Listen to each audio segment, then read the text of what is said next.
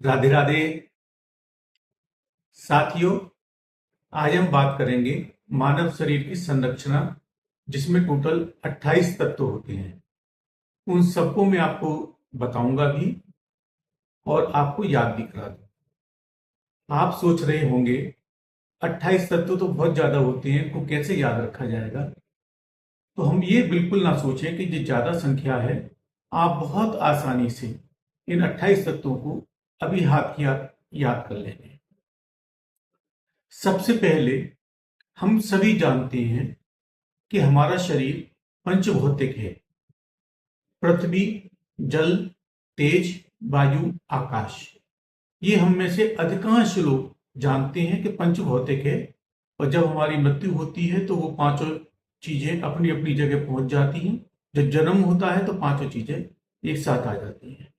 तो पांच तत्व तो ये हो गए। और इन पांच तत्व हैं पुत्र अहंकार के। अहंकार के ये पांच पुत्र हैं, तो अहंकार और पांच ये, तो छह तत्व तो ये हो गए। इसके बाद अगले पांच तत्व हैं हमारी कर्मेंद्रियां। कर्मेंद्रियां का अर्थ है जिन इंद्रियों से हम कुछ भी कर्म करते हैं। जैसे हाथ कुछ काम करते हैं, पैर से चलते हैं, मुंह से बोलते हैं, मल त्यागने का स्थान मल त्यागते हैं, मूत्र त्यागते हैं। तो इस तरह से ये पांच कर्म इंद्रियां हैं जिससे हम कर्म करते हैं। इसी तरह हमारी पांच ज्ञान इंद्रियां हैं जिससे कि हम ज्ञान अर्जित करते हैं। एक है आंख, एक है कान, एक है नासिका, एक है जिह्वा और एक है हमारी त्वचा। इन 5 और 11 इस तरह 16 तत्व हो गए। ये तो आसानी से याद हो जाएंगे। अब पांच ज्ञानेंद्रियां जो हमारी हैं, उन ज्ञानेंद्रियों से हम करते क्या हैं। आंखों से हम रूप को देखते हैं। किसी भी चीज का स्वरूप देखकर, रूप देखकर हम उसको पहचानते हैं, प्रतिक्रिया करते हैं। तो आंखों का विषय, उसको हम विषय कहते हैं। आंखों का विषय है हमारे रूप। इसी तरह से कानों का विषय है शब्द। कानों से हम शब्द सुनते हैं।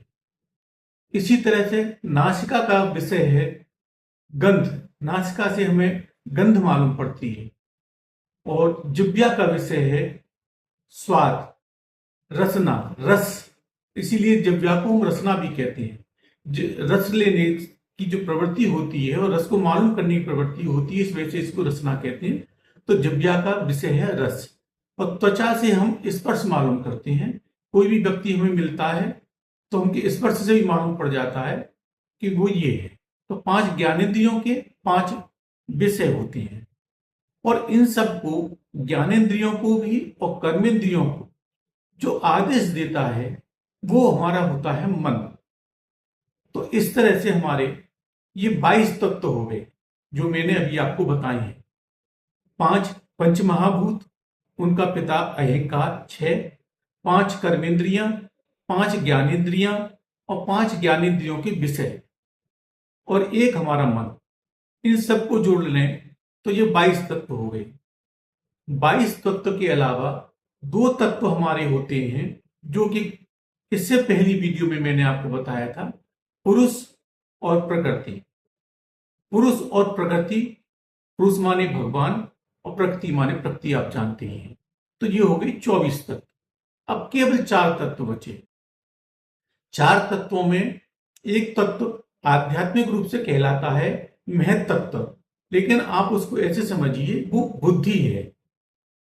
तो बुद्धि एक जोड़ दें तो ये 25 तत्व हो गए। और 3 तत्व हैं हमारे, 3 गुण जो निर्गुण निराकार या सगुण साकार की बात करते हैं। तो उस एपिसोड में हमने साधारण भाषा की बात की थी, लेकिन वो 3 गुण जो होते हैं वो सात्विक, राजस और तामस गुण होते हैं। उनकी भी डिटेल काफी लंबी हो जाती है, लेकिन आसानी से समझ लें। जो अच्छे गुण हैं उनको सत्गुण कहते हैं। जो न अच्छे हैं न बुरे हैं, हम किसी का अच्छा भी नहीं कर रहे, बुरा भी नहीं कर रहे, वो रजोगुण है। जो हमें पतन की ओर ले जाता है, जो गलत गुण है, वो तमोगुण कहलाते हैं। तो सतोगुण, रजोगुण, तमोगुण, 3 ये गुण होते हैं। तो इस तरह से ये 28 गुण होते हैं। हमारा सारा शरीर, हमारी सारी चेतना, जो कुछ भी हम हैं, वो इन्हीं 28 तत्वों से गवर्न होती है। और जब तक हमारे अंदर ये तीनों गुण रहते हैं तब तक हम मनुष्य या किसी भी योनि में रहते हैं। जब हम तीनों गुणों से विरक्त हो जाते हैं तो हम गुणातीत हो जाते हैं और प्रभु से हमारा मिलन हो जाता है। तो मैं समझता हूं कि 28 तत्व आपको बहुत आसानी से याद हो गए होंगे। अगर किसी को नहीं हुए हों तो आप इस वीडियो को एक बार और देख लें, बहुत आसानी से आपको याद हो जाएंगे। यदि ये वीडियो आपको पसंद आई हो तो इसे लाइक करें, शेयर करें, सब्सक्राइब करें। कोई सलाह देना चाहे कमेंट बॉक्स आपके पास है ही।